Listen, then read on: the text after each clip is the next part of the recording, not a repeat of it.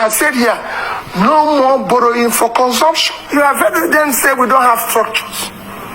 That is the structure we're trying to destroy. Structure of criminality. That is what I mentioned. That Nigeria is being held captive. That structure is structure that impoverished Nigeria. We will dismantle it. It will not be there. I assure you of that. We're going to turn around the power sector.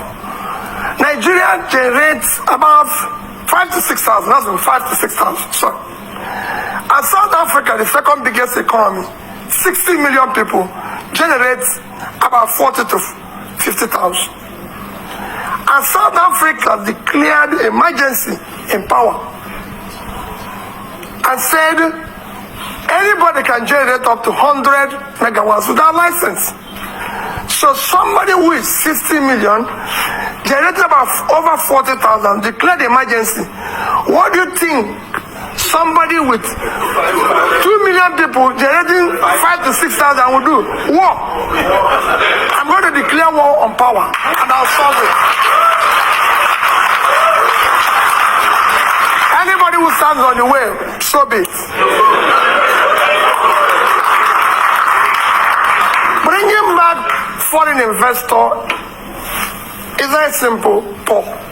Foreign investor is like bee and honey. All you need is to create honey. The way bee will find the place is very simple. Foreign capital is scared of corruption, is scared of bad policies, is scared of where there's no rule of law. You need to put a regulatory environment that makes it conducive. You need to secure it. We will build that intangible assets of securing the country, making sure that we govern to rule of law. We will fight corruption. Go and check my record. I've governed the state for 8 years and I've challenged everybody. Paul, you were there. I've been the only governor till today. The day I left office, I was not owing salary, pension, gratuity, or any contract or any supplier. And I left the 3 banks in Nigeria, which I say every day.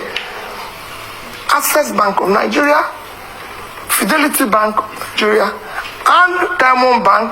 I left over $150 million. I didn't say naira. And I have over 30 billion naira. And Anambra State, you can go and verify anyway. I've never had a bottle. Anambra State have never bought me. There's no land allocated directly or indirectly by me, and I signed over several thousands of shares of O. Anambra has never bought me a bottle of water since I left office. So you can go. We will fight and stop corruption. Yeah. The first thing about stopping corruption is yourself. If you're not involved, your wife is not involved, your family is not involved, those around you are not involved, you reduce it by over 50%. And that's what I'm going to do. And I'm sure, Paul, you know that. We are committed. We can't disappoint these youths. We must build a new Nigeria. And we'll deal with that. Investors will come back. Those who left, even the young people who are today living, they'll come back. We want to bring them back. Nigerians are prepared to come back if they can find that they have a country to go back to. This green passport, people must be proud to use it.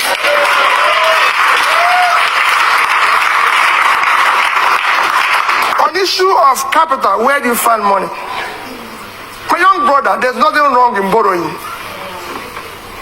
Borrowing is a legitimate way of every government I've studied in the world borrow. Even Britain, as we speak, owns over 70% of their GDP. Every government I know lives on borrowing. Even Norway, with 1.4 trillion sovereign wealth, is owing. The economies of the world, the 3rd biggest nation in the world is America. The debt of America today is almost 100% of their GDP. The second, China, is almost over 60% of their GDP. Japan owes over 230% of their GDP. But let me tell you the difference. Japan is owing over 230% of their GDP. They invested the money to save their economy. And in that, even with that, Japan is still the highest holder of US treasuries. So there's something they can fall back on. What has happened? So borrowing is not wrong. If I have time, I compare two countries that borrowed with Nigeria and how well they've done. But what has happened is that when you borrow for consumption, you have a crisis. Nigeria borrowed for consumption. We will restructure the debt as it is today. We will restructure it and put it a long time to be able to pay it. I'm a finance person. And then we will now say, like I said here, no more borrowing for consumption. We will see borrow, people will see it, it will be transparent, it will be for investment. And that's what we intend to do. Countries have been in this situation before. We're not in a situation where other countries haven't passed before. It's a question of showing leadership, and we will be able to solve it.